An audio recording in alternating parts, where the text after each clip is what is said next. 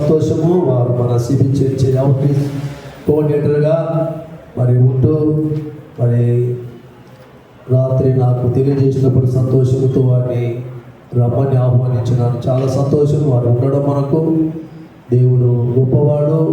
మరి దేవుని దాసులు దేవుని వాక్యం అందిస్తున్నప్పుడు జాగ్రత్తగా ఇది ఎప్పటి నుంచే వింటున్నాము కదా అని నిర్లక్ష్యం చేయాలండి. వాస్తవమే, ఆయన జన్మ ఎంత విలువైనదో ఆయన మరణము అంత విలువైనది. రెండు సమానం అన్నమాట. జన్మ లేకపోతే మరణం లేదు. మరణించిన తర్వాతనే సంఘాలు ఏర్పడినాయి. ఆయన మరణించి ఆరోహణమైన తర్వాత సంఘాలు ఏర్పడినాయి.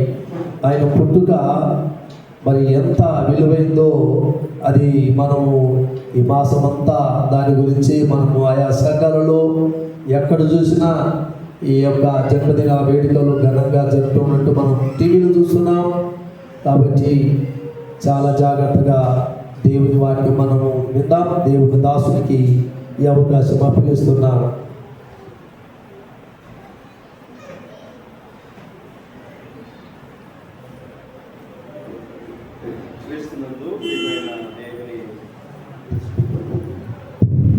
క్రీస్తునందు ప్రియమైన దేవుని సంగమా, మన ప్రభువును రక్షకుడైన యేసుక్రీస్తు ప్రభు యొక్క మహోన్నతమైన నామములో కూడి వచ్చిన మీ అందరికీ కూడా వందనాలు చెల్లిస్తూ ఉన్నాను.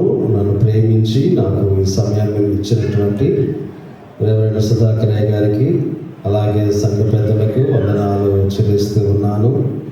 తల్లి సంఘమైన సెంటినరీ బ్యాప్టిస్ట్ సంఘము నుంచి కాపర్ల పక్షాన, అలాగనే మరి స్టాండింగ్ కమిటీ పక్షాన మీకు శుభములను నేను తెలియజేస్తూ ఉన్నాను. మరి ఇది డిసెంబర్ 1వ తారీఖు మనమందరం కూడా క్రిస్మస్ సీజన్లోనికి మనము ప్రవేశించాము. ఈ క్రిస్మస్ సీజన్లో చాలా మరి సంతోషకరమైనటువంటి కార్యక్రమాలు ప్రతి సంఘం కూడా నిర్వర్తించడం మనము చూస్తూ ఉన్నాము. క్రిస్మస్ కార్యక్రమాలలో సంఘాలన్నీ కూడా ఎంతో ఆసక్తితో క్రిస్మస్ కార్యక్రమాలు జరిగిస్తూ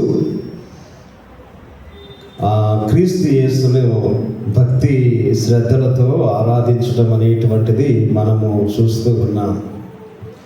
మరి దినాన పరిశుద్ధ గ్రంథములో నుండి దేవుని యొక్క వాక్యాన్ని మీతో పంచుకోవడానికి దేవుడు నాకు ఇచ్చిన ఈ తరుణం కొరకై దేవునికి స్తోత్రాలు చెల్లిస్తూ ఉన్నాను. పరిశుద్ధ లేఖన భాగమును మనము చదువుదాం.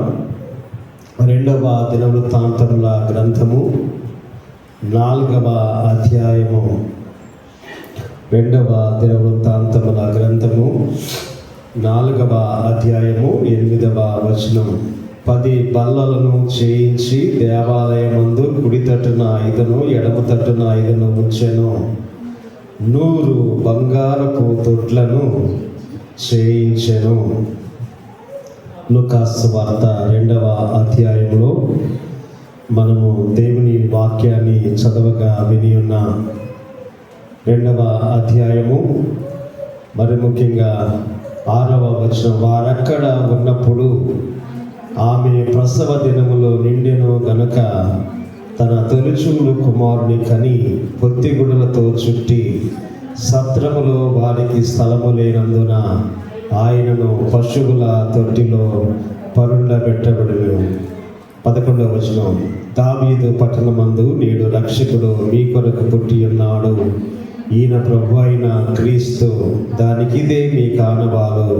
ఒక శిశువు పొత్తిగుడులతో చుట్టబడి ఒక తొట్టిలో పండుకొనినుట మీరు చూచుదరని వారితో చెప్పాను. చిన్న ప్రార్థన చేసుకుందాం.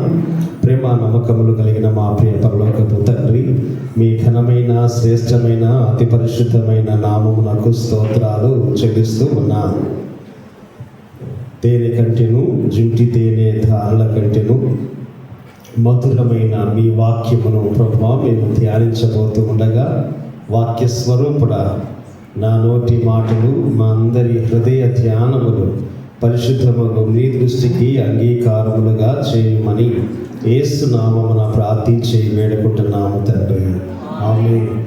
క్రీస్తునందు ప్రియ దేవుని బిడ్డలారా, యేసు క్రీస్తు ప్రభు యొక్క పరిశుద్ధమైన నామములో మీ అందరికీ మరొకసారి నేను శుభములను తెలియజేస్తూ ఉన్నాను. దేవుని వాక్య భాగములో నుండి ఈ దినమున ఎంతో ప్రాముఖ్యమైనటువంటి సత్యాన్ని నేను మీకు జ్ఞాపకము చేయడానికి ఇష్టపడుతూ ఉన్నాను. మనము చదివినటువంటి ఈ లేఖన భాగములలో ఉన్నటువంటి సత్యాలను ఇది మీతో పంచుకోవడానికి నేను ఆసక్తి కలిగి ఉన్నాను. ఇది 4 ప్రాముఖ్యమైన తొట్టి వాటిని గురించి నేను మీకు దేవుని వాక్యాన్ని అందించాలని ఆశపడుతూ ఉన్నాను. 4 తొట్లు. ఈ రోజులలో మనకు తొట్లు లేవు, తొట్టి లేదు. పూర్వం తొట్లుండే, మనకన్నీ ట్యాప్ కనెక్షన్లు వచ్చేసినాయి కదా, మనకు లేవు. కానీ ఒకానొక సమయంలో మనము గ్రామీణ ప్రాంతాల్లోనికి వెళ్ళినప్పుడు ఊర్లలో ఒకప్పుడు ప్రతి ఇంటిలో కూడా 2 తొట్లు ఉండేవి. ఒకటేమో ఇంట్లో అవసరమైనటువంటి నీళ్లు వాడుకోవడానికి, మనుషులకు అవసరమైన నీళ్ల కొరకైనటువంటి తొట్టి. రెండవది పశువులు ఉన్నటువంటి ఇళ్లలో పశువుల తొట్టి కంపల్సరిగా ఉండేటువంటిది. ఈ 2 తొట్లు కూడా మనకి ఊర్లలో లేక గ్రామీణ ప్రాంతాలలో ప్రతి ఇంటిలో కూడా ఉండడం అనేటువంటిది మనము చూస్తూ ఉన్నాం. అలాగే నేడు సిటీలో మనం ఉంటున్నాం కదా. సిటీలో మన ఇళ్లలో ఏమైనా తొట్లు ఉన్నాయా? లేవా? ఉన్నాయా? తొట్లు లేవా? కొంతమంది ఇళ్లలో పూల తొట్లు ఉంటాయి. ఉన్నాయా? పూల తొట్లు ఉంటాయి కదా, చక్కగా పూలు పూస్తూ ఉంటాయి సిటీలో. మనకి ఊళ్ళల్లో ఉండే తొట్లు కాదు, కానీ మనకు సిటీలో ఉండే తొట్లు పూల తొట్లు ఉంటాయి. మంచి మంచి క్రోటాన్స్ కదా, చక్కగా వాటిలో మొక్కలు పెంచి పూల తొట్లను వాళ్ళు ఏం చేస్తూ ఉంటారు. కొంతమందికి డెకరేషను, హోమ్ డెకరేషన్ చాలా ఇష్టం. చాలా చక్కగా ఆసక్తిగా మొక్కలు పెంచుతూ ఉంటారు. రకరకాలైనటువంటి పూల తొట్లను మరి పెంచడం అనేటువంటిది మనము గమనిస్తూ ఉన్నాం. అలాగే మనం చూసినప్పుడు స్త్రీలు ఎక్కువగా ఇంకేమి తొట్లు ఉంటాయి మీరు చెప్పండి? ఇంకేమి తొట్లు ఉంటాయి? పిల్లలను క్రీడల సరళి తెలుసు కదా మీకు. 7వ రోజున ఏం చేస్తారు? ఉయ్యాల తొట్టిలో వేస్తారు. ఉయ్యాల తొట్టిలో వేస్తారు. ఉయ్యాల తొట్టిలో బంధువులందరూ కలిసి చాలా సంతోషంగా పుట్టినటువంటి పాపనైనా బాబునైనా కూడా బంధుమిత్రుల సమక్షంలో కదా, అందులో మేనత్తలు అందరూ కలిసి ఏం చేస్తూ ఉంటారు? ఆ పుట్టినటువంటి పాపనైనా బాబునైనా మరి దేవుని బిడ్డలారా ఊయల తొట్టిలో పరుండబెడుతూ ఉంటూ ఉంటారు.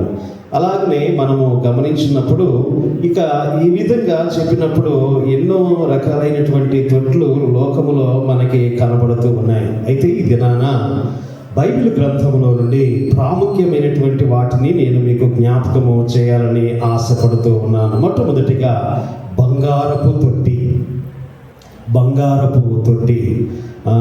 గోల్డెన్ మ్యాంగర్. ఇది మనము గమనించినట్లయితే బంగారంతో తొట్లు చేసేటువంటి వాళ్ళ అని మనకు అనుమానం కలుగుతుంది కదా. మరి తొట్టి సాధారణంగా సిమెంట్ తొట్టులు ఉంటాయి, సిమెంట్తో తయారు చేస్తారు వాటిని. కానీ సొలొమోను మహాభక్తుడు ఆయన ఏం చేశాడు అంటే యెరూషలేము దేవాలయానికి వచ్చేటువంటి వారి కొరకు, అలాగనే ప్రాముఖ్యంగా అందు పనిచేసేటువంటి దైవజనులుగా ఉన్న యాజకుల యొక్క శుద్ధీకరణ కొరకు అతడు 100 బంగారపు తొట్లను అతడు ఏర్పాటు చేసినట్లుగా వాక్యము మనకు తెలియపరుస్తూ ఉన్నది. ప్రియ దేవుని బిడ్డలారా, ఇవి ప్రజల యొక్క శారీరక జీవితాన్ని లేక ప్రజల యొక్క శరీరాలను శుద్ధీకరించుట కొరకైనా ఏర్పాటు చేయబడినటువంటి తొట్లుగా వీటిని మనము చూస్తూ ఉన్నాం. మరి సొలొమోను ఎంత గొప్ప బంగారం సమకూర్చాడో మరి నిజంగా చూస్తే దేవుని బిడ్డలారా ఎంతో ఆశ్చర్యం కలుగుతూ ఉంటుంది. శుద్ధీకరణ కొరకైనటువంటి 100 బంగారపు తొట్లను అతడు సిద్ధము చేసినట్లుగా వాక్యము మనకు తెలియపరుస్తూ ఉన్నది. అయితే పైన భాగంలో కూడా మనము చూసినప్పుడు యాజకుల కొరకు ఆయన సముద్రము వంటి తొట్లను సిద్ధం చేశాడు. వారు యాజకులు ఏం చేస్తారు? దేవుని యొక్క పరిశుద్ధమైన స్థలములో వారు ప్రవేశించడానికి, అలాగే ఆ సర్వాంగ సుందరమైన దేవుడు కోరుకున్న పరిశుద్ధమైన ఆ దేవుని యొక్క పట్టణమైనటువంటి లేక దేవుని యొక్క మందిరమైన యెరూషలేములో వారు పరిశుద్ధమైన స్థలములో ప్రవేశించడానికి ముందు తమను తాము శుద్ధీకరించుకొని వారు పరిశుద్ధమైనటువంటి స్థలములో ప్రవేశించడం అనేటువంటిది జరుగుతూ ఉన్నది. దేవుని బిడ్డలారా, ఈ క్రిస్మస్ సీజన్లో ప్రవేశించినటువంటి మనమందరము కూడా నేడు గమనించవలసిన ప్రాముఖ్యమైన సత్యం ఏమిటంటే, మనకును ఇట్టి శుద్ధీకరణ అవసరమై ఉన్నది. ఇట్టి శుద్ధీకరణ అవసరమైనది.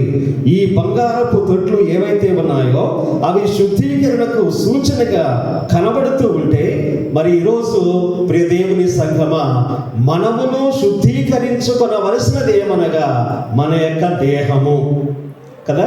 బలేవులయ్య గారు, ఈరోజు సండే కదా, మేము మంచి సోపుతో స్నానం చేసుకొని వచ్చాము, మా దేహం చాలా శుభ్రంగా ఉంది అని మీరు అనవచ్చును. ప్రియ దేవుని బిడ్డలారా, వాక్యంలో మనము చూసినప్పుడు ఈరోజు ప్రతి క్రైస్తవ వ్యక్తి యొక్క దేహం అనేటువంటిది అది శుద్ధీకరింపబడవలసినటువంటి అవసరం ఉన్నది. ప్రతి క్రైస్తవ విశ్వాసి యొక్క దేహము ఎందుకు శుద్ధీకరింపబడవలసినటువంటి అవసరం ఉన్నది అనేది మనం ఆలోచన చేసినప్పుడు వాక్యం ఏమని సెలవిస్తూ ఉంది? మీ దేహము మీ దేవుని వలన మీకు అనుగ్రహింపబడి మీలోనున్న పరిశుద్ధాత్మకు ఆలయమై ఉన్నదని మీరు. అందుచేత మనమందరమును కూడా దేవుని ప్రజలారా మన యొక్క దేహమును శుద్ధీకరించుకోవలసినటువంటి ఆవశ్యకత ఉన్నది అని పరిశుద్ధ లేఖనము మనకు తెలియపరుస్తూ ఉన్నది. కానీ ఈనాడు మనమేం చేస్తున్నాము? ఈ యొక్క దేహాన్ని మనము వాక్య భాగంలో చూసినప్పుడు పౌలు రోమపత్రిక 6వ అధ్యాయంలో చాలా స్పష్టంగా తెలియజేస్తాడు. దుర్నీతికి అంటాడు. ఈ దేహమును దుర్నీతికి సాధనములుగా మనము చేస్తూ ఉన్నాం. అందుచేత దేవుని ప్రజలారా, అలనాడు సొలొమోను మహారాజు యెరూషలేములో ప్రవేశించేటువంటి యాజకుల కొరకు, ప్రజల కొరకు, వారి శుద్ధీకరణ కొరకు శుద్ధీకరణ ఆచారమును ఏర్పాటు చేసి శుద్ధీకరణ కొరకై బంగారపు తొట్లను అతడు ఏర్పాటు చేశాడు. ఈనాడు దేవుని బిడ్డలారా, ఆయన సన్నిధికి వచ్చినటువంటి మనమును కూడా మనందరి దేహములు ఈనాడు శుద్ధీకరింపబడవలసినటువంటి అవసరత ఉన్నది అని వాక్యము చక్కగా మనకు వివరిస్తూ ఉన్నది. రెండవదిగా మనము చూసినప్పుడు మన దేహము మాత్రమే కాదండి, మన దేహము మాత్రమే కాదు, మన హృదయము కూడా శుద్ధీకరింపబడవలసినటువంటి అవసరం ఉన్నది. బిడ్డలారా, హృదయము శుద్ధీకరింపబడవలసినటువంటి అవసరం ఉన్నది. ఈరోజు మరి దేవుని యొక్క వాక్యంలో కూడా మనం చదువుతాం. మీరు చాలాసార్లు చదివింటారని నేను అనుకుంటూ ఉన్నాను. సామెతల గ్రంథంలో మనం చూసినట్లయితే ఈ లోకంలో ప్రతి వ్యక్తి కూడా మరి భద్రంగా కాపాడుకోవలసినటువంటిది ఏమిటి అనేది మనం తలంచినప్పుడు సొలొమోను ఎంతో విశేషమైనటువంటి జ్ఞానము కలిగినటువంటి వాడై ఆయన చెప్పినటువంటి మాటలు ఏమిటంటే, సామెతల గ్రంథం 4:23లో నీ హృదయములో నుండి జీవధారలో బయలుదేరును, కాబట్టి అన్నిటికంటే ముఖ్యముగా నీ హృదయమును భద్రముగా. ఈరోజు ప్రియ సంఘమా, మన యొక్క హృదయము శుద్ధీకరింపబడవలసినటువంటి అవసరం ఉన్నది. హృదయము శుద్ధీకరింపబడాలి. అందుచేతనే భద్రంగా మన హృదయాన్ని కాపాడుకొని ఇర్మియా 17లో అంటాడు, హృదయము అన్నిటికంటే మోసకరమైంది, అది ఘోరమైన వ్యాధి కలది. అందుచేత ఘోరమైన వ్యాధి కలిగిన హృదయాన్ని, మోసకరమైనటువంటి హృదయాన్ని ప్రతి క్రైస్తవుడు, ప్రతి విశ్వాసి క్రీస్తు యేసు యొక్క పాదముల చెంత దేవుని ప్రజలారా శుద్ధీకరించుకోవలసినటువంటి అవసరత ఎంతైనా ఉన్నది అని దేవుని యొక్క వాక్యము మనకు తెలియపరుస్తూ ఉన్నది. మంచిది దేహమును, మంచిది హృదయాన్ని మంచిది. జీవితాన్ని శుద్ధీకరించేది ఏదైనా ఉందా? శుద్ధీకరించే లోషన్ కానీ, దేవుని బిడ్డలారా శుద్ధీకరించే క్రీములు కానీ ఏవైనా ఉన్నాయా? ఒక్కసారి మనం ఆలోచన చేసినప్పుడు బైబిల్ గ్రంథంలో అపోస్తులైన పౌలు ఎంతో శ్రేష్టమైన సంగతి మనకు తెలియపరుస్తూ ఉన్నాడు. హెబ్రీలకు రాసిన పత్రిక 1వ అధ్యాయము 3వ వచనాన్ని మనము చూస్తే, హెబ్రీలకు రాసిన పత్రిక 1వ అధ్యాయము 3వ వచనములో మనం చూసినప్పుడు ఇక్కడ ఒక శ్రేష్టమైన సత్యాన్ని అపోస్తులైన పౌలు లోకానికి తెలియపరుస్తూ ఉన్నాడు. అదేమిటంటే, పాపముల విషయమైన శుద్ధీకరణము తానే ఎవరైనా యేసుక్రీస్తు. దేవుని ప్రజలారా, శుద్ధీకరణ కొరకు బంగారపు తొట్లను, శుద్ధీకరణ కొరకు సముద్రం వంటి తొట్లను సొలొమోను దేవాలయము చెంత ఏర్పాటు చేస్తే, ఈనాడు సర్వలోకములో ఉన్న సర్వమానవాళి యొక్క పాపమును, సర్వమానవాళి యొక్క అక్రమమును, సర్వమానవాళి యొక్క అవిధేయతను, సర్వమానవాళి యొక్క అపవిత్రతను కడిగి శుద్ధీకరించేటువంటి వాడు కేవలము తానే అంటాడు కదా. నీకు ఆయన తప్ప ఎవరు లేరు, ఆయన తప్ప ఎవరు లేరు. ఈరోజు నీ యొక్క జీవితంలో కానీ, నీ హృదయములో కానీ, నీ శరీరములో కానీ ఏ మాలిన్యమో నీ శరీరం అంతా కూడా పాకి మాలిన్యపు జీవితంలో నీవు జీవిస్తూ ఉంటే, ఈరోజు పరిశుద్ధ గ్రంథము ఈరోజు నీతో మాట్లాడుతుంది. పాపముల విషయమైన శుద్ధీకరణము యేసుక్రీస్తు ప్రభు చేయనన్నాడు. అందుకే కదా మత్తయి సువార్త 1:21 ఏమంటాడు? తన ప్రజలను వారి పాపముల నుండి ఆయనే రక్షించును కనుక ఆయనకు యేసు అని పేరు. దేవుని సంగమా, ఈరోజు యేసుక్రీస్తు ప్రభు పాపముల నుండి శుద్ధీకరించేటువంటి దేవుడు, పాపములను శుద్ధీకరించే దేవుడు. అందుకే వాక్యములో పౌలు ఎంతో శ్రేష్టమైన సంగతిని మనకు తెలియపరుస్తూ ఉన్నాడు. పాపముల విషయమైన శుద్ధీకరణము ఆయన చేసేటువంటి దేవుడు. అలాగైతే అనేక మంది సుంకరులు, అనేక మంది సమాజం వెలివేసినటువంటి వారు, అనేక మంది పాపాత్ములైనటువంటి స్త్రీలుగా ఉన్నటువంటి వారు, పాపము చేసినటువంటి వారు పాపముల విషయమైన శుద్ధీకరణము పొందడానికి క్రీస్తు యేసును ఆశ్రయించారు. ఆయన పాదములపై పడి వారు పాపములు ఒప్పుకొని దేవుని బిడ్డలారా శుద్ధీకరింపబడ్డారు.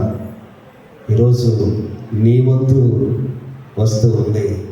మరి నీవును పాపముల విషయమైన శుద్ధీకరణము పొంది ఉన్న అనుభవము నీలో ఉన్నదా? ఎంతకాలం నామకార్థపు క్రైస్తవుడిగా జీవిస్తావు? ఎంతకాలము దేవుని బిడ్డలారా నీవు పేరుకు క్రైస్తవుడిగా జీవిస్తూ ఉన్నావు, కానీ నీ పాపముల విషయమైన శుద్ధీకరణ అనుభవము నీలో లేదు. అందుచేతనే పాపముల విషయమైన శుద్ధీకరణము చేయడానికే యేసుక్రీస్తు ప్రభు ఈ పాప ప్రపంచములో పాపరహితుడిగా ఆయన జన్మించాడు. వాక్యము ఎంత చక్కటిగా మనకు తెలియపరుస్తుంది. ఈ తొట్టి ఏదైతే ఉందో దేవుని బిడ్డలారా, ఇది శుద్ధీకరణకు సంబంధించినటువంటి తొట్టిగా దీనిని మనము చూస్తూ ఉన్నాం. 2వ తొట్టి మనము చూసినట్లయితే ద్వితీయోపదేశ కాండము 28వ అధ్యాయము 5వ వచనాన్ని మనము చూస్తాం. ద్వితీయోపదేశ కాండం 28వ అధ్యాయము 5వ వచనములో పిండి పిసుకు తొట్టి అంటాడు. మొదటిది బంగారపు తొట్టి, అది శుద్ధీకరణకు చెందింది. ఇక్కడ 2వ తొట్టి మనము చూసినట్లయితే ఇది పిండి పిసుకు తొట్టి. ఇశ్రాయేలీయ జీవితంలో వాళ్ళు ఏం చేస్తారు అంటే, పిండి వాళ్ళు ఎవలను వేయించి తర్వాత వాటిని తిరగలిలో విసిరి ఆ తర్వాత ఆ పిండిని ఏం చేస్తారంటే ఒక తొట్టి లాంటి దాంట్లో పెట్టి ఆ పిండిని పిసుకుతూ ఉంటారు. ఇది దేవుని బిడ్డలారా వాక్య భాగములో మనము చూసినప్పుడు, నీ గంపయు పిండి పిసుకు నీ తొట్టియు దీవించబడును అని వాక్యము చక్కగా మనకు తెలియజేస్తుంది. నీ తొట్టియు దీవించబడును, తొట్టియు దీవించబడును. ఇది నేడు మన యొక్క వ్యక్తిగత జీవితాలను ఈ తొట్టి మనకు జ్ఞాపకము చేస్తూ ఉంది. ఎవరైతే యేసయ్యను నమ్ముకుంటారో, ఎవరైతే మారు మనసు పొంది యేసుక్రీస్తు యొక్క రక్తంలో కడగబడతారో, యేసుక్రీస్తు యొక్క సాక్షులుగా ఈ లోకంలో జీవిస్తారో, ఆయన యొక్క నామములో దేవుని బిడ్డలారా ఆయన యందు పరిశుద్ధపరచబడి పరిశుద్ధమైన జీవితాలను ఎవరైతే జీవిస్తారో వారిని గురించి ఆయన అంటాడు, నీ తొట్టి దీవించబడుతూ ఉంది.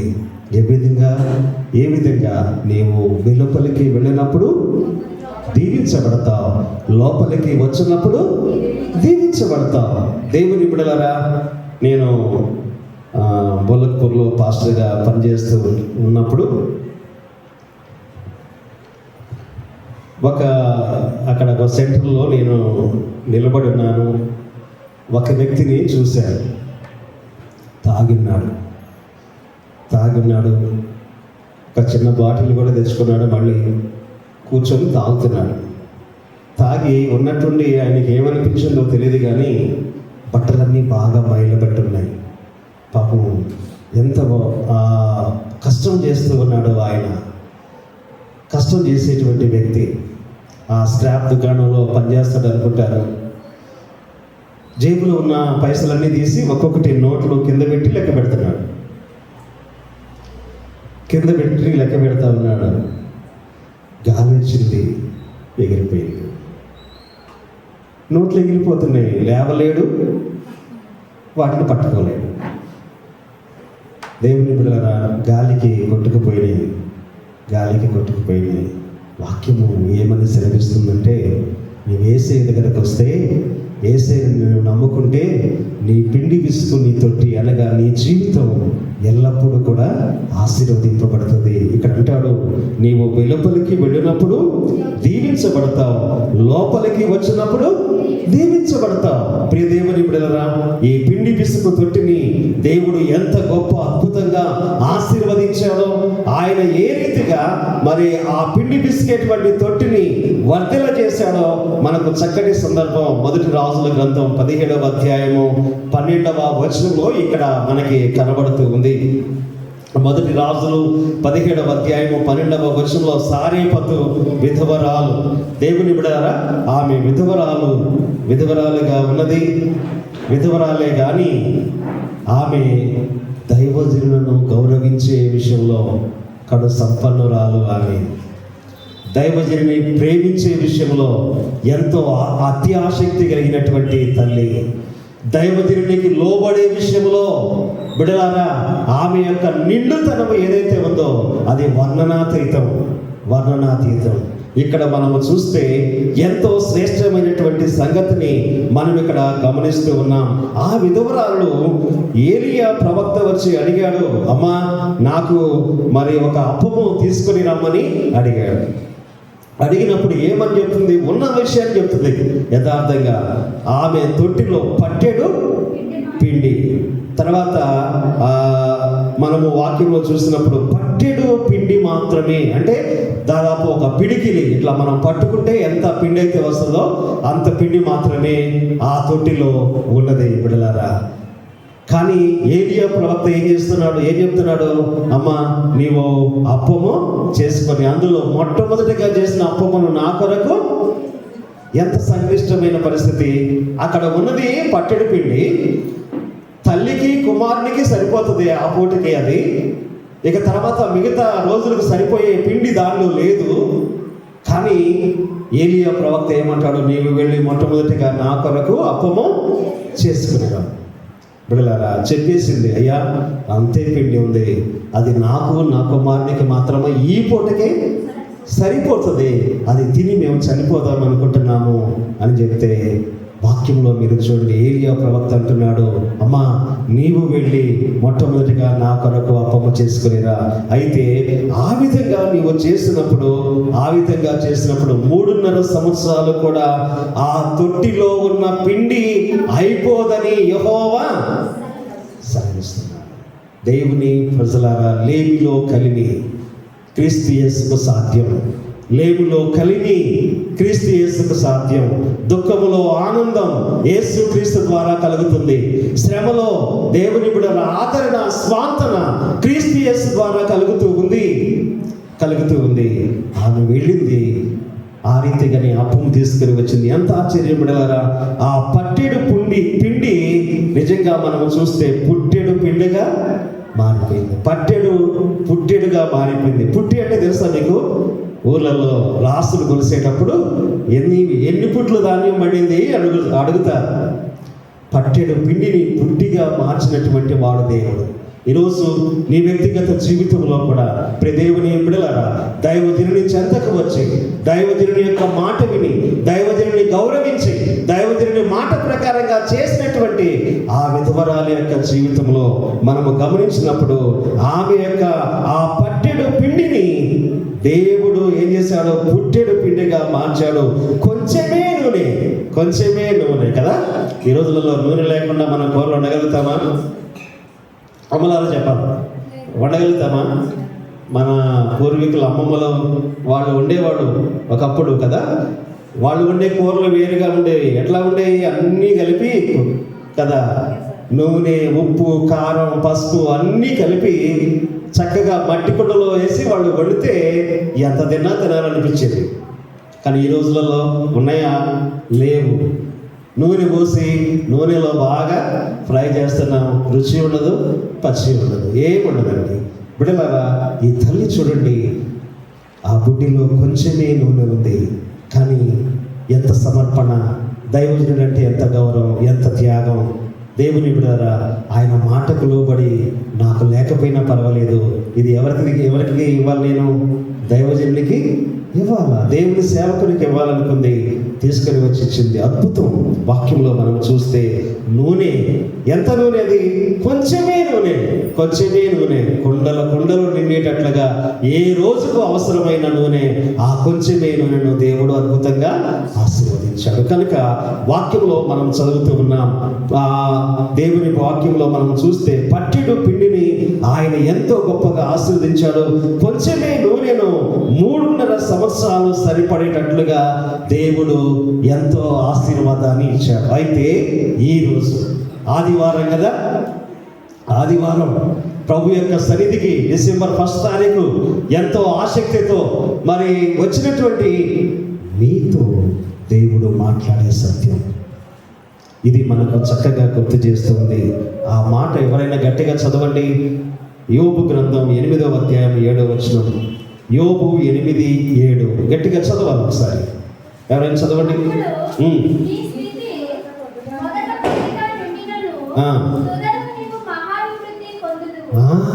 ఈరోజు ప్రభు నీకు ఇస్తున్న వాగ్దానం ఈ పరిశుద్ధ దినాన దేవుని సంగమా వాక్యంలో చూడు. అప్పుడు నీ స్థితి మొదట కొద్దిగా ఉండినను.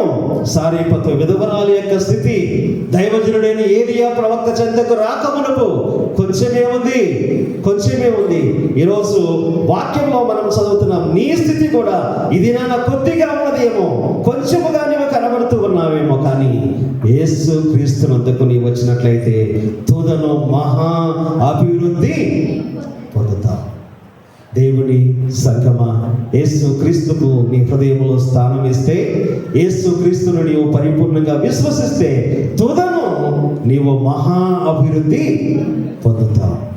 మొదట నీ స్థితి ఈరోజు కొంచెమే ఉన్నదేమో, ఈనాడు నీ స్థితిని మహా అభివృద్ధిలోనికి నడిపించగలిగిన వాడు దేవుడు అనే సత్యము ఈ పిండి విసుగు తొట్టి మనకు గుర్తు చేస్తూ ఉంది. 3వ తొట్టి మొదటి రాజుల గ్రంథం 18వ అధ్యాయము 33వ వచనంలో మనము చూసినప్పుడు ఇక్కడ 4 తొట్లు మనకు కనబడుతూ ఉన్నాయి. మొదటి రాజులు 18వ అధ్యాయము 33వ వచనం దైవజనుడైన ఏలియా ప్రవక్త ఇక్కడ మాట్లాడుతూ ఉన్నాడు. ఏలియా ప్రవక్త మాట్లాడుతూ ఏమంటున్నాడు?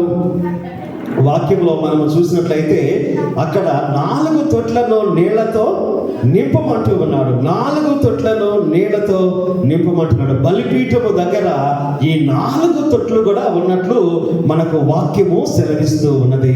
ప్రియ దేవుని బిడ్డలారా, ఆ 4 తొట్లలో నీళ్లు లేవు, అవి ఎండిపోయినటువంటి తొట్లుగా కనబడుతూ ఉన్నాయి. నీళ్లు లేనటువంటి తొట్లను దైవజనుడైన ఏలియా ప్రవక్త ఏమంటున్నాడంటే, ఆ 4 తొట్లను మీరు నీళ్లతో నింపండి.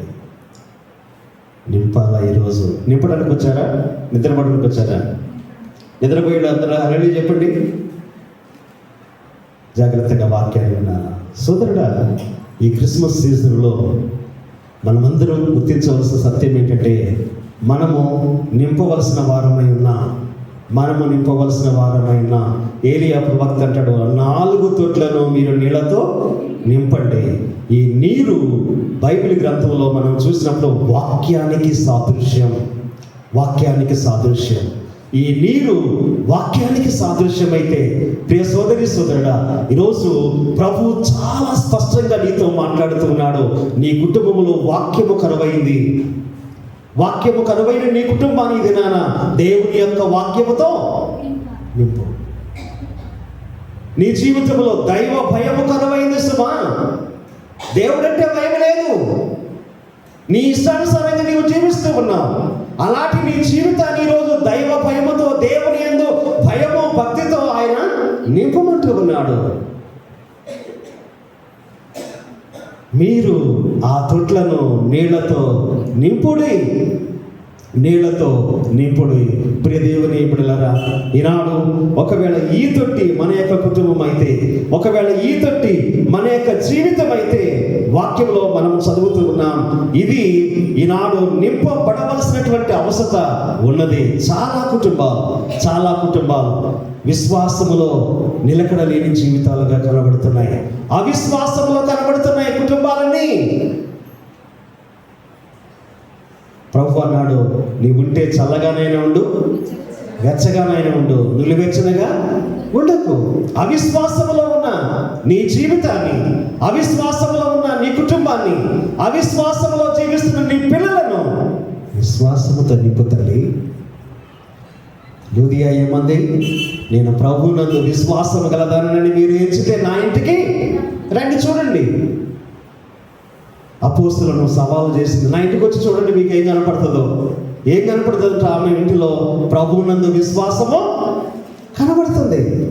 ఈరోజు దేవుని బిడ్డలారా, విశ్వాసంలో దిగజారిపోయినటువంటి మన యొక్క జీవితాలను, విశ్వాసంలో కృంగిపోతున్నటువంటి మన యొక్క బ్రతుకులను తిరిగి విశ్వాసముతో నింపుకోవలసినటువంటి అవసరత ఎంతైనా ఉన్నది. ఆదివారం వస్తాం కదమ్మా, ఆదివారం చక్కగా ప్రార్థన చేస్తాం. మళ్ళీ ఎప్పుడు చేస్తాం? మళ్ళీ ఆదివారమే. మళ్ళీ వస్తాం కదా పాస్టర్ గారు ఆదివారం. నీ జీవితాన్ని ప్రార్థనతో నింపు తల్లి. ప్రార్థన లేదు కనుక విజ్ఞాపన ప్రార్థన, వ్యక్తిగత ప్రార్థన, సంఘ ప్రార్థనలు, ఉపవాస ప్రార్థనలు, మోకాళ్ళుని ప్రార్థనలు, సాష్టాంగపడి దేవుని యొక్క సన్నిధిలో చేసే ప్రార్థన, ఏకాంతముగా కూడుకొని దేవుని సన్నిధిలో ఏకాంత ప్రార్థనలతో నీ జీవితాన్ని నింపు. ప్రార్థనలో దిగజారిపోయేవేమో. ఈరోజు దైవజనుడు అంటాడు, మీరు నింపండి, ఆ 4 తొట్లను నింపండి. దేవుని బిడ్డలారా, నింపారు. ఎంత గొప్ప ఆశ్చర్యం! ఎప్పుడైతే దైవజనుడైన ఏలియా ప్రవక్త మనము చూసినప్పుడు దేవుని వాక్యంలో మనం చదువుతూ ఉన్నాం, ఆకాశము నుండి అగ్ని దిగి వచ్చి ఆ తొట్లలో ఉన్న నీళ్ళని ఆరిపోజేసింది. ఈరోజు యేసయ్య ఒక చక్కటి మాట అంటాడు, నేను భూమి మీద అగ్ని వేయ వచ్చుతుంది, అది మండుచుండవన్నని నేనెంతో కోరుచున్నాను. మంట రావాలా సుమా? ఈరోజు ఆకాశం నుండి అగ్ని దిగి ఆ తొట్లలో ఉన్న నీళ్లను ఆర్పేసిన రీతిగానే ఈరోజు ప్రభు అంటాడు, నేను కూడా అందుకే వచ్చాను. ఎందుకు వచ్చాను ప్రభు అంటే, నేను భూమి మీద అగ్ని వేయ వచ్చుతుంది. ఈరోజు ఆ అగ్ని మన హృదయంలో మంటను పుట్టించడానికి సిద్ధంగా ఉంది. యమ్మాయి మార్గంలో వెళుతున్నారు కదండి యేసుక్రీస్తు ప్రభు యొక్క శిష్యులు. యేసు ప్రభుని గురించి వాళ్ళు ఏం చేస్తున్నారు? తర్కించుకుంటూ వెళుతూ ఉన్నారు. బిడ్డలారా, యమ్మాయికి వెళుతూ ఉన్నప్పుడు ఉన్నట్టుగా ఉండి యేసుక్రీస్తు ప్రభు లూకా సువార్త 24వ అధ్యాయంలో, సమయం లేదు కనుక నేను ముందుకు వెళుతున్నాను, అక్కడ వారి మధ్యలో ప్రత్యక్షమయ్యి ఆయన ఏం చేశాడో లేఖనాల గురించి తర్కించడం ప్రారంభించాడు. ప్రారంభించారు. అప్పుడేం జరిగిందో తెలుసా? వారి యొక్క హృదయాలలో మంట పుట్టింది. ప్రియ దేవుని సంగమా, ఈనాడు ఈ తొట్టి మన యొక్క వ్యక్తిగత జీవితంలో పుట్టవలసిన మంటను మనకు గుర్తు చేస్తూ ఉంది. దావీదు అంటాడు, ఎవరి సంగతి ఎట్లా ఉందో నాకైతే తెలియదు, కానీ నేను ధ్యానించుచూ ఉండగా నా హృదయంలో మంట పుట్టింది. వాక్యాన్ని ధ్యానిస్తూ ఉన్నప్పుడు రాత్రి జాముల యందు నిన్ను గూర్చి నేను ధ్యానిస్తూ ఉంటే దేవా నా హృదయంలో మంట పుట్టింది అంటాడు. దేవుని కొరకైన మంట, క్రీస్తు యేసు కొరకు సాక్షిగా జీవించడం కొరకైన మంట, దేవుని యొక్క రక్తములో, క్రీస్తు యొక్క రక్తంలో కడగబడి శుద్ధీకరింపబడి భూదిగంతముల వరకు ఆయన సొత్తైనటువంటి వ్యక్తులుగా, ఆయన సాక్షిగా జీవించడం కొరకైన మంట ఈనాడు నీ హృదయంలో రగిలించడానికి యేసయ్య నీ కొరకు ఎదురు చూస్తూ ఉన్నాడు. నేను భూమి మీద అగ్ని వేయవచ్చుదని అది మండుచుండవలనని నేనెంతో. ఎవరి కుటుంబంలో క్రీస్తు యేసు యొక్క మంట రగులుతూ ఉన్నది, ఎవరి యొక్క వ్యక్తి యొక్క హృదయంలో క్రీస్తు యేసు యొక్క మంట మండుతూ ఉన్నది. దేవుని బిడ్డలారా, ఈరోజు మన జీవితాన్ని మనము పరిశీలించుకోవలసిన అవసరత ఎంతైనా ఉన్నది. ఇక్కడ చూస్తే 4 తొట్లు మనకి కనబడుతూ ఉన్నాయి. వాటిని నీళ్లతో నింపమని దైవజనుడని ఏలియా ప్రవక్త ఆజ్ఞాపిస్తూ ఉన్నాడు. కానీ మనమేం చేస్తున్నాం? తొట్లు బాగానే ఉన్నాయి కదా, తొట్టి మంచిదే. కానీ ఆయన అంటాడు, ఇర్మియా ప్రవక్త ఒక శ్రేష్టమైన మాట, 2వ అధ్యాయం ఇర్మియా 2:13, నా జనులు 2 నేరములు చేసి ఉన్నారు. ఏమిటి ఆ 2 నేరములు అంటే? వారు నీళ్లు నిలవని తొట్లను, అనగా బద్దలైపోయినటువంటి తొట్లను తమ కొరకు చేసుకున్నారు. బిడలారా, ఈ నీరు వాక్యానికి సంకేతమైతే, వాక్యమని ఈ నీరు ఏమవుతుంది? ఈ చెవితో విని ఈ చెవితో వెళ్ళిపోతుంది. వాక్యాన్ని భద్రం చేసుకున్న అనుభవం మన యొక్క హృదయంలో లేదు బిడ్డలారా. అందుకొరకే నా జనులు నేరం చేస్తూ ఉన్నారు. వాళ్ళు ఏం చేస్తూ ఉన్నారంటే నీళ్లు నిలవని బద్దలైపోయినటువంటి తొట్లను వారు నిర్మిస్తూ ఉన్నారు. కనుకనే ప్రవక్త ఈరోజు ఆజ్ఞాపిస్తూ ఉన్నాడు, వెళ్ళండి, ఆ ఖాళీగా ఉన్న తొట్లను నీళ్లతో నింపండి. దేవుని బిడ్డలారా, నీళ్లు నింపేటువంటి తొట్లను మనం చూస్తూ ఉన్నాం. మొదటి తొట్టి బంగారపు తొట్టి, 2వ తొట్టి పిండి పిసుకు తొట్టి, 3వ తొట్టి బలిపీఠపు తొట్టి, 4వది పశువుల తొట్టి. బిడ్డలారా, పశువుల తొట్టి. జోసేఫస్ అనేటువంటి యూదియ చరిత్రకారుడు ఒక శ్రేష్టమైనటువంటి సంగతిని ఆయన తెలియజేశాడు.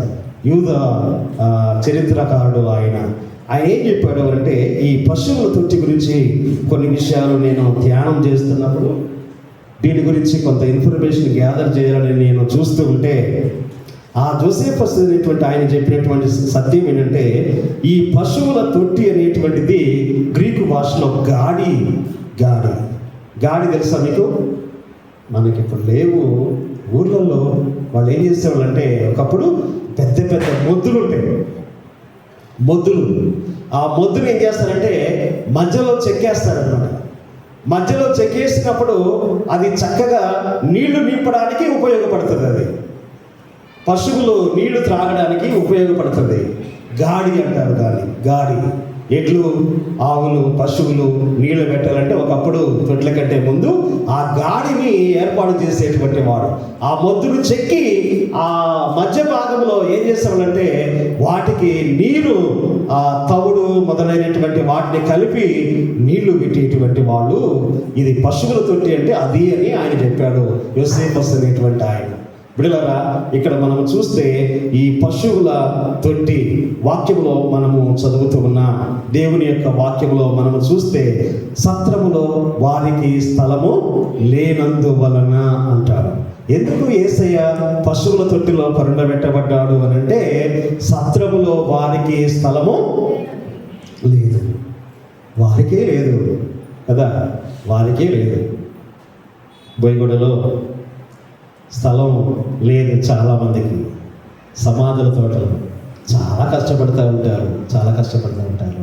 కానీ సిబిసిలో ఒక ఆయన పెద్ద ఆయన రికమెండేషన్ చేస్తే దొరికింది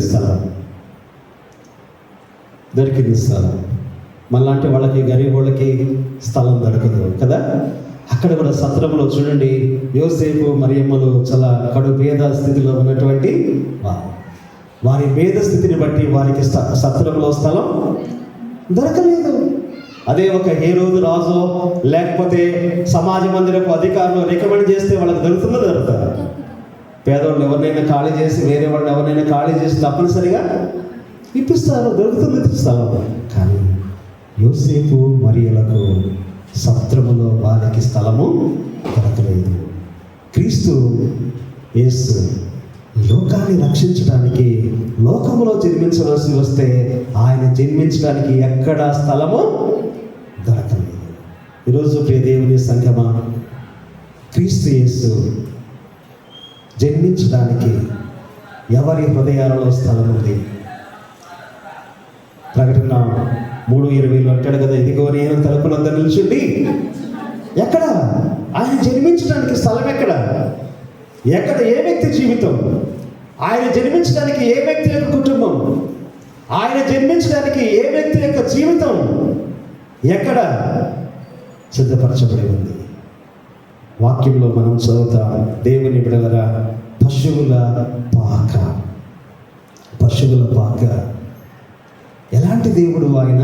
పరిశుద్ధ పరివారంలో పరిశుద్ధుడు అని కొనియాడబడే దేవుడు. ఎవరు పరిశుద్ధ పరివారం?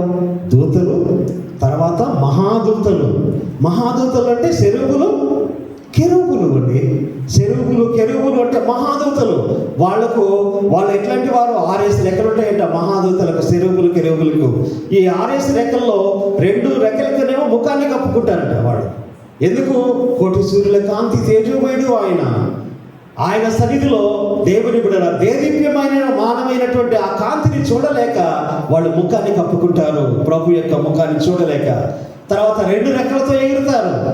మరి 2 రెక్కలతో ఏం చేస్తారు? వాళ్ళు తమ పాదములు కప్పుకుంటారట. పరిశుద్ధ పరివారం అండి దేవుని బిడ్డల. మహాదూతలు రెక్కలు నిండా కూడా కన్నులు ఉంటాయి. ఆ దూతలకు పరిశుద్ధ పరివారం దూతలు ఉన్నారు, గాబ్రియేలు, మికాయేలు మొదలైనటువంటి దూతలు. ఆ పరిశుద్ధ పరివారం ఏది కూడా లేదు. పరలోక ప్రాభవాన్ని విడిచిపెట్టాడు. ఏ పరివారం ఉంది ఇక్కడ? పశు పరివారము. పశువులు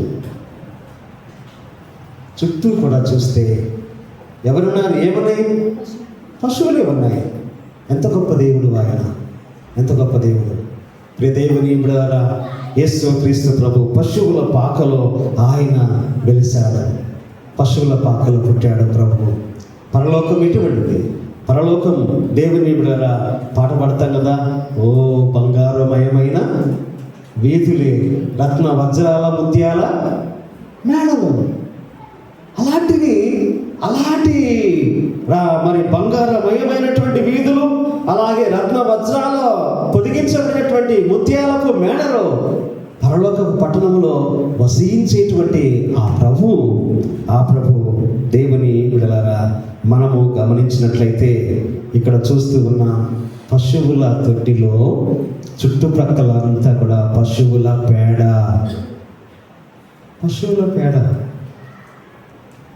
బంగారు వీధులు లేవు, రత్న వజ్రాల ముత్యాలు పొదిగినటువంటి మేడలు లేవు. ఈనాడు మన యొక్క పాపపు బ్రతుకును, మన యొక్క పాపమును మన నుంచి దూరము చేయడానికే యేసుక్రీస్తు ప్రభు ఈ లోకానికి వచ్చారు. స్త్రీలు చిన్నపిల్లలకు స్నానం చేసినప్పుడు, ఊర్లలో ఉన్నప్పుడు దేనితో స్నానం చేయించేవాళ్ళో తెలుసా మీకు? అమ్మా వెరీ గుడ్ చెప్పేసింది మా అమ్మ కదా. వాళ్ళకి గజ్జి వస్తుందేమో అని, గజ్జి కానీ ఈ ర్యాషెస్ వస్తాయేమో అని ఏం చేస్తారు? పశువుల పేడను రుద్ది పిల్లలు అంటారు ఇప్పుడు కదా. ఎంత అసహ్యం అనుకుంటుంది మనకి, కానీ ఆ రోజుల్లో చేయించేవాళ్ళు. ఆ పేడ రుద్దితే దేహం అంతా కూడా శుద్ధమవుతుందని తల్లులు అప్పట్లో ఆ పేడ రుద్దేటువంటి వారు. పిల్లలారా, ఆ చుట్టుపక్కలంతా కూడా కెటిల్ డన్ పేడ ఉంది. అక్కడ ఆ పశువుల తొట్టి ఉంది. ఆ తొట్టిలో ఆయన పరుండబెట్టబడ్డాడు. ఈరోజు మన యొక్క హృదయం నిండా కూడా దేవుని బిడ్డలారా ఈ యొక్క మరి పేడ ఒకవేళ నిండుకొని ఉందేమో. తర్వాత మనం చూస్తే యేసుక్రీస్తు ప్రభు యొక్క శరీరం, ఆయన యొక్క శరీరము ఏ శరీరం? మహిమ శరీరం ఆయనది. మహిమ శరీరం. మహిమ శరీరాన్ని విడిచిపెట్టి మంటి దేహాన్ని ఆయన ధరించాడు. మంటి దేహాన్ని ధరించి ఆ పశువుల తొట్టిలో ఆయన పరుండబెట్టబడ్డాడు.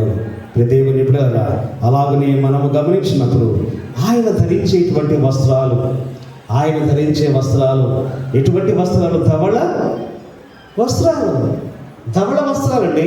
లోకంలో ఏ చాకలి కూడా అంత చలువ చేయలేడు. ధవళ వస్త్రధారి ఆయన. ధవళ వస్త్రాలు ధరించేటువంటి ధవళ వస్త్రధారి అయిన ఆ ధవళ వర్ణుడైనటువంటి ప్రభు నేడు ఏ వస్త్రాల్లో చుట్టబడ్డాడు? పొత్తి గుడ్డలతో చుట్టబడ్డాడు. దేవుని బిడ్డలారా, పొత్తి గుడ్డలతో చుట్టబడి మరియమ్మ యొక్క పొత్తిళ్లలో బాలబాలుడుగా ఆయన పవళించాడు. పశువుల తొట్టిలో బాలబాలుడుగా ఆయన పవళించాడు. అలాగే మన ప్రభు అయినటువంటి యేసుక్రీస్తు ఆయన ప్రకటన గ్రంథం మనందరికీ తెలిసి 21వ అధ్యాయంలో ఏ సింహాసనం అనేది చెప్పలా? ధవళ సింహాసనం అనేది. ఆయన ధవళ సింహాసనధారి. ధవళ సింహాసనం మీద ఆసీనుడైనటువంటి ఆ ప్రభు ఆ ధవళ సింహాసనానికి ఆధారం ఏంటి?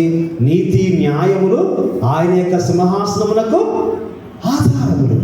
కానీ నేడు దేవుని ప్రజలారా, ఆయన పశువుల తొట్టిలో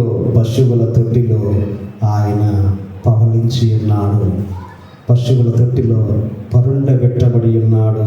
ఈనాడు ప్రియదేవుని బిడ్డలారా, వాక్యంలో మనం చూసినట్లయితే జ్ఞానులు హేరోదును ఒక ప్రశ్న అడిగారు.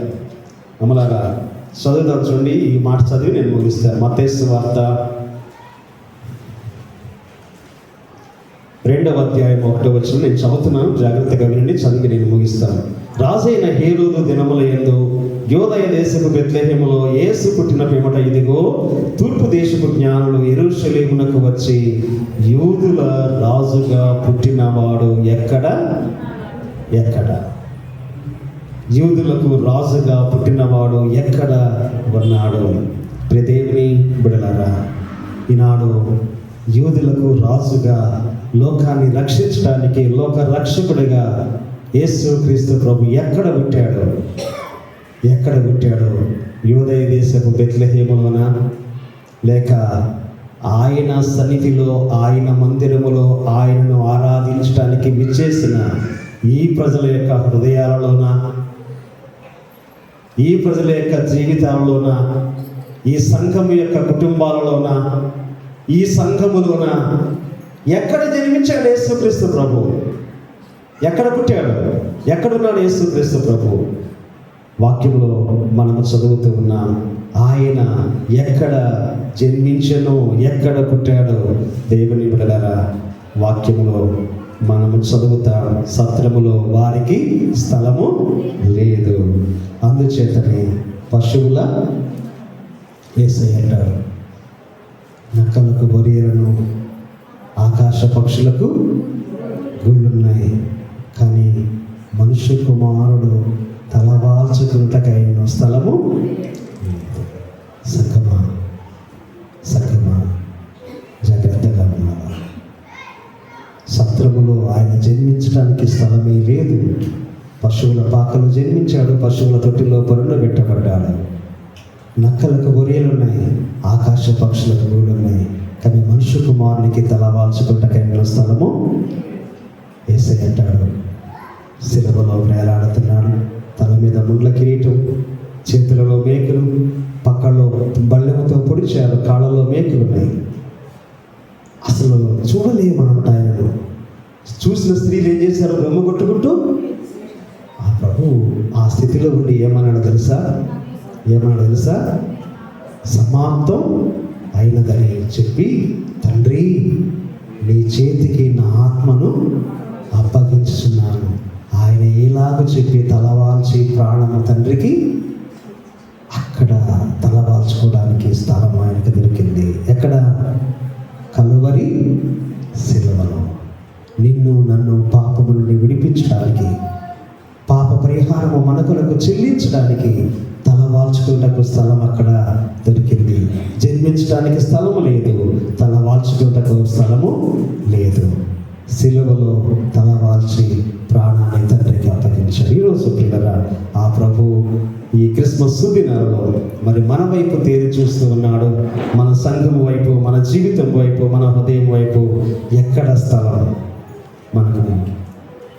మనలో మనం ఏర్పాటు చేస్తున్నాము గమనించుకొని ఆయన బిడ్డలంగా జీవించాలి. కనుక 4 తొట్లు మనం చూసే. మొదటి తొట్టి చెప్పండి, బంగారపు తొట్టి కదా.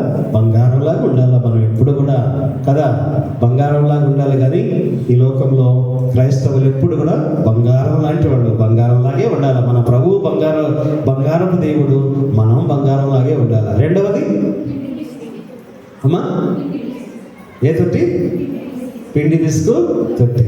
ఇది మనము గమనించినట్లయితే ఈ పిండి విసుకు తొట్టి దైవజనులను ప్రేమించే విషయంలో, గౌరవించే విషయంలో మనకు గొప్ప సత్యాన్ని నేర్పుతూ ఉంది. యేసు ప్రభు దగ్గరికి నేడు ఖాళీ హృదయంతో, ఖాళీ తొట్టి లాంటి జీవితంలో నీవు వచ్చావేమో. నీ గుండెల నిండా, నీ హృదయం అనే తొట్టి నిండా ఆయనను నింపుకొని నీ ఇంటికి వెళితే నీవు వెలుపలికి వెళ్ళినప్పుడు దీవించబడతావు, లోపలికి వచ్చినప్పుడు దీవించబడతావు. 3వ తొట్టి చెప్పండి అమ్మా, బలిపీఠం కదా. నీళ్లు లేవు తొట్టిలో, నీళ్లు లేవు కదా. ఈరోజైనా ఏమంటున్నాడు? నింపండి ఆ తొట్లను, నింపుకొని మనం ఇక్కడ నుంచి వెళదాం. 4వ తొట్టి పశువుల తొట్టి. ఈరోజు ఈ పశువుల తొట్టి నీ హృదయం అయితే ఎంత బాగుండు. ఎందుకని? ఎవరంటారు అందులో? దేవుడి మాటలు మనం దీవించిన గాక. నాకు ఈ సమయం ఇచ్చిన పాస్టర్ గారికి వందనాలు చెల్లిస్తాను. God bless you all.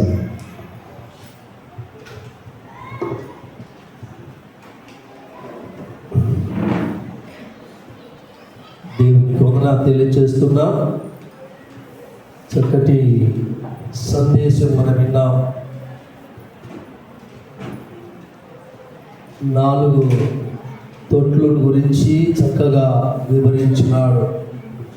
మొదటి తొట్టి బంగారు తొట్టి, శుద్ధీకరణకు సాదృశ్యం అని మాట విన్నాం.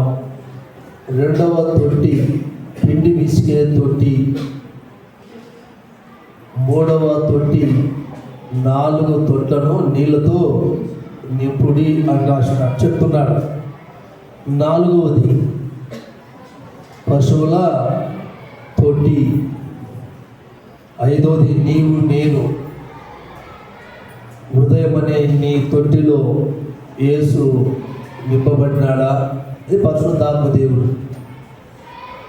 నీ హృదయములో యేసు ఉన్నాడా? ఒక పశువుల తొట్టిలో యేసు ప్రభు ఉంటే నీకు నాకు ఇంత గొప్ప భాగ్యం ఇచ్చిన దేవునికి నీ హృదయం అనే తొట్టిలో స్థలం ఉంటే 5వ తొట్టిగా నువ్వు ఎంత ధన్యుడవో ఆలోచన కలిగి ఉండు. దేవుడు పాస్టర్ గారి ద్వారా చక్కటి 4 విషయాలు మనకు అందించినాడు. ఆశ తమాషగా కాకుండా దాన్ని ఒక్కసారి ఇంటికి వెళ్ళి అన్వయించుకొని మరి మన జీవితాలు దేవునికి అంకితం చేసుకుంటే మనకు బాగుంటుంది. పాస్టర్ గారికి కాపరిగా సంఘం తరపున నా కుటుంబం తరపున వారికి నా కృతజ్ఞతలు తెలియజేస్తున్నాం. దేవుడు గొప్పవాడు కాబట్టి ఈ సమయమున మనము కానుకలు సమర్పిస్తుండగా, మన కోయర్ వారు పాట పాడుతుండగా డీకన్స్ ముందుకు వచ్చి కానుకలు పట్టాలని మనం చేస్తున్నాం.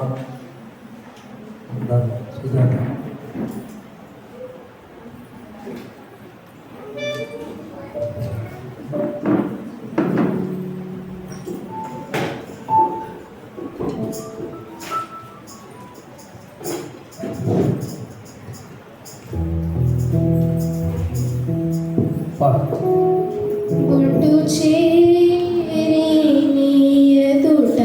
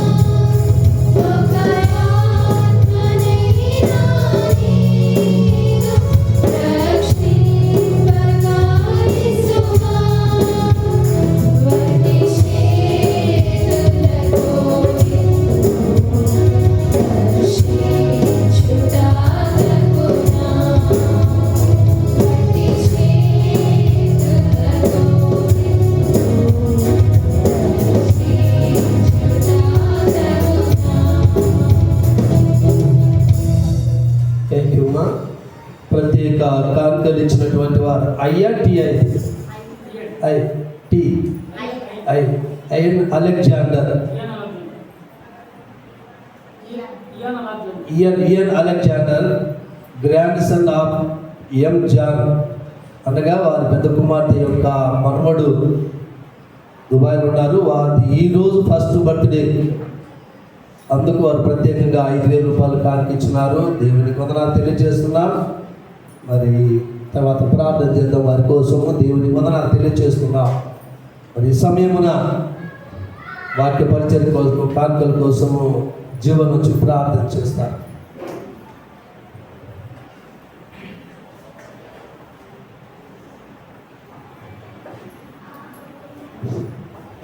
ప్రార్థన చేస్తాం. స్తోత్రం మమ్మల్ని మిక్కిలిగా ప్రేమించిన తండ్రి, నీ వాళ్ళ స్తోత్రం వందనాలు ప్రభావ. ఇదిగో తండ్రి, గతించిన వారం మొత్తం కాపాడే ప్రభావ, ఇప్పుడు నడిదిన్నాము తండ్రి ప్రభావ. మమ్మల్ని అందరినీ చేర్చి నిన్ను శుద్ధించుటకు, నిన్ను ఆరాధించటకు తండ్రి ప్రభావ, మమ్మల్ని నడిపించిన విధానానికే వందనాలు.